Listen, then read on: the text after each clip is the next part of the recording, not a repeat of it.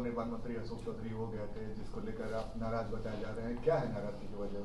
अब नाराज़गी तो उनसे लगभग क्या, उनको क्या हमसे है ये तो हमको नहीं पता है। जब भी वो बरबीघा वो आते हैं अपने कार्यक्रम में, भरी मंच से वो लोगों को कहते हैं कि सुदर्शन को हमने 2015 में टिकट दिया, सुदर्शन को हमने 2020 में टिकट दिया और हमने ही जिताया। अरे जिताने हराने का काम तो जनता के द्वारा होता है, वो वोट करती है। अब मंच पे से बोलते हैं कि हमारे लोगों को इनसे इज्जत नहीं मिलती है, लोगों से ये बात नहीं करते हैं। अब मंच पे से पार्टी के ही मंत्री और पार्टी के विधायक को अगर बोले तो कैसा बीतेगा उस पर। और लगातार इनका साल भर से ये प्रोग्राम चल रहा है। अब कल भी इनका प्रोग्राम था हमारी विधानसभा में, कम से कम आप एक कॉल करके विधायक को तो बोले होते। आना नहीं आना वो बात की बात है, वो एक कॉल भी नहीं गया, ना विभाग की तरफ से कॉल आया।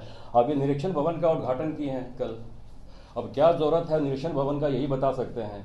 अब ये मंत्री हैं, पैसे का इस्तेमाल हर तरह से किस्म से कर सकते हैं। मुझे तो लगता है कि ये सरकार का राशि का दुरुपयोग हो रहा है। अशोक चौधरी ने कहा था बरबीघा पिताजी की कर्मभूमि है, यहीं से मैं बास घाट जाऊंगा, बरबीघा को नहीं छोड़ूंगा। कर्मभूमि वो रही है, जन्मभूमि रही है सामने दिक्कत है स्वर्गीय कृष्ण बाबू की, स्वर्गीय लाला बाबू की, स्वर्गीय राजो बाबू की, ना कि उनकी जन्मभूमि रही है वो। 1972 से राजो बाबू वहाँ पे विधायक हुआ करते थे, उनके पिता 1980 से विधायक हुआ करते थे। तो ये तो समझने वाली बात है, कर्मभूमि किनकी रही है वो। अरे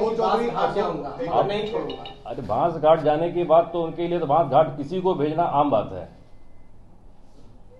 आम बात है। हमारे स्वर्गीय राजो बाबू भी साजिश के तहत वो बांस घाट चले गए, हमारे पिता भी चले गए। अब हो सकता है हमारी तैयारी में लोग लगे हों, मतलब उनके पीछे भी उनका ही हाथ था, आप मानते हैं? हाथ था नहीं था, साजिश करता थे वो, ये सब लोग ये जानते हैं ये कौन है इनके साजिश करता है। के कार्यक्रम में मुर्दाबाद वगैरह नारे अब मुख्यमंत्री जी 27 तारीख को जमुई गए किसी पुल को देखने के लिए, पुल काफी क्षतिग्रस्त था वो। अब उस जिले के ये प्रभारी मंत्री थे, भवन मंत्री, कम से कम उनकी तो जवाबदेही बनती है उस पुल के बारे में मुख्यमंत्री जी को अवगत करवाना कि ये पुल टूटा है, क्या है, नहीं है। अब उनके कारण हमारे नेता को बात सुनना पड़ता है, पार्टी की छवि खराब हो रही है उनके कारण। अपने विधायक को ही कहते हैं वो अनाप शनाप बोलते हैं मंच पे से। अब वो क्या कर रहे हैं नहीं कर रहे, वो बेहतर वही जाने। आप दोनों एक ही पार्टी में हैं, फिर भी ऐसा क्यों हो रहा है? अब वो कहते हैं नहीं, अब वो कहते हैं सुदर्शन के अंदर बचपना है। अरे बचपना मेरे अंदर कैसे है? अगर हम पार्टी क्या कहते हैं, पार्टी से विधायक हैं और मंच पे से अगर मंत्री का हम कहते बुराई करेंगे तो लोग क्या कहेंगे? पर हमने कभी ऐसा नहीं कहा, ना कभी आपके सामने आने का काम किया। आज बेबस होकर आपके सामने हम आए हैं। उनको हर वक्त बरबीघा ही सूझता है, वहां के भूमियारों के साथ वो खिलवाड़ करते हैं, आपस में लड़वाना, यही सब काम रह गया उनका। अच्छा, आगे आपका क्या कदम होगा? मुख्यमंत्री से भी आपने मुलाकात की है, बात की है? नहीं, मुख्यमंत्री जी तो हमारे नेता हैं और नेता रहेंगे, उनसे हमने सारी बात कही है।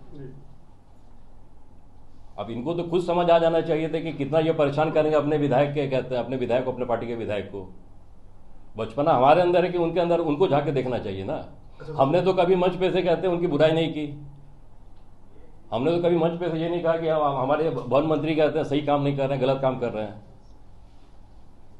सुदर्शन जी, ये भी अशोक चौधरी ने आरोप लगाया है कि आपको राजनीति में वो आगे बढ़ा है, आपको दूसरे पार्टी में कांग्रेस में वो लाया, फिर जेडीयू में भी आप उनके साथ गए। राजनीति तो हमारे कहते हैं खून में है ना। 1972 से ही हमारे कहते हैं दादा स्वर्गीय राजो वो राजनीति कर रहे हैं। वो क्या लाएंगे, वो क्यों करेंगे? वो किसी को टिकट दे सकते हैं, जिता नहीं सकते हैं। वो जिताने हराने का काम जनता करती है, जनता का प्यार मिल रहा है। सुदर्शन जी, एक आपने गंभीर आरोप लगाया है कि एक खास जाति को टारगेट कर रहे हैं और इस्तेमाल कर रहे हैं। कौन? अशोक चौधरी के बारे में आपने आरोप लगाया है कि खास जाति पर वो, मतलब आपने भूमिहार जाति के बारे में बोला कि भूमिहार के नेताओं को परेशान कर रहे हैं। ये आरोप का क्या है आधार? अब देखिए ना आधार क्या है, किस तरह बार बार वो हमारे विधानसभा में इंटरफेयर करते हैं, हमारे बारे में अनाप शनाप मंच पे से बोलते हैं। फरवरी का ही मामला है, मंच पे से बोले हमारे विधायक हैं, लोगों से नहीं मिलते हैं। अरे लोगों से नहीं मिलते हैं तो किन से मिलते हैं? महीना में 20 दिन तो हमारा क्षेत्र में, गांव में रहना होता है।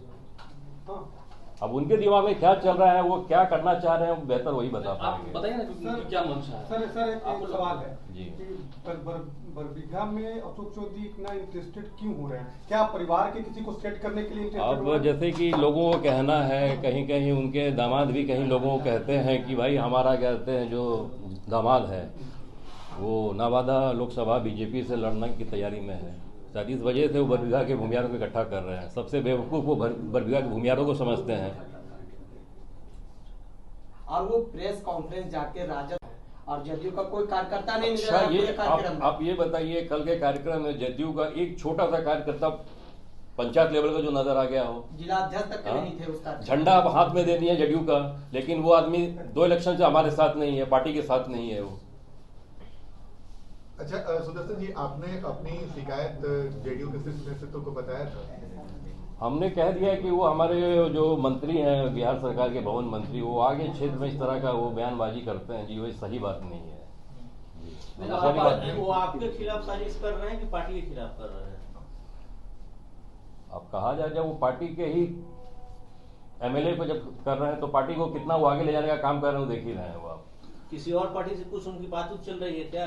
वो तो हमको नहीं पता है। अब जब बीजेपी से अपने दामाद को लड़ाना चाह रहे हैं, बात तो चल ही रही होगी उनकी। मतलब आपकी जगह दामाद को सेट करना अच्छा, चाहिए, यही बात है ना? हमारे जगह नहीं करना चाह रहे वो नवादा लोकसभा से लड़वाना चाह रहे हैं अपने दामाद को। सर एक जो जानकारी आई थी कि सीएम हाउस में उस दिन एक बैठक थी जिसमें अशोक चौधरी और राष्ट्रीय अध्यक्ष के बीच में कुछ बातें सामने आ रही थी कि भाई ऐसी बातें हैं, आपको लेकर शायद कुछ भी बात हुआ था।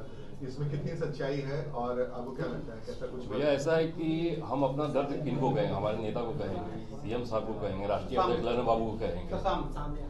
अब उनकी ही जवाबदेही बनते हैं ना, जो हरकत वैसा कर रहे हैं मंत्री, उनको समझाना, उनको कहना, उसके समझाने के बाद भी, कहने के बाद भी वो अपना प्रोग्राम रख लेते हैं।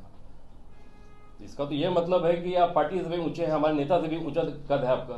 किसी की बात नहीं मान रहे, किसी की बात समझ नहीं रहे आप, लगातार आप अपने विधायक को परेशान कर रहे हैं। मतलब राष्ट्रीय अध्यक्ष का विरोध कर रहे हैं वो? राष्ट्रीय अध्यक्ष ने पार्टी का ही वो विरोध कर रहे हैं, वो पार्टी के नेता का विरोध कर रहे हैं वो। अगला कदम क्या होगा? अगला कदम क्या होगा? हम लोग जहाँ बने हैं, हमारा कर्म भूमि वो कहते हैं दादा का वही है, हमारा जन्म भूमि वही, तो हम लोग तो वहीं रहेंगे। हम लोग कहाँ नवादा जाएंगे, हम लोग कहाँ जमुई जाएंगे, अच्छा हम लोग कहाँ गया जाएंगे, हम लोग तो यहीं रहेंगे ना। अच्छा, संबंध आपके मधुर थे, ये मंत्री वर्सेस विधायक आपकी पार्टी में क्यों हो रहा, इसकी असली वजह एक लाइन में बताएंगे क्या? संबंध मधुर था, राजू बाबू के हत्याकांड में ये साजिश करता था, ठीक है। उस वक्त ये सारा केस मुकदमा वापस करवा लिए। आपने कोर्ट में गवाही दी थी? नहीं, केस मुकदमा वापस करवा लिया। हम भी नहीं चाहते थे कि ये लड़ाई आगे बढ़े, हम भी चाहते थे कि अच्छे से रहें, शांतिपूर्वक सब कुछ हो ही रहा था। अब जब ये सारा कुछ अपना नाम वापस कर लिए, उसके बाद इनका रंग बदलना शुरू हो गया। हमारे प्रति इनका हरकत भी बिल्कुल अल्टर हो गया, विपरीत हो गया, जो कि आप देख ही रहे किस तरह ये लगातार बार बार हमको परेशान करने की कोशिश किए जा रहे हैं।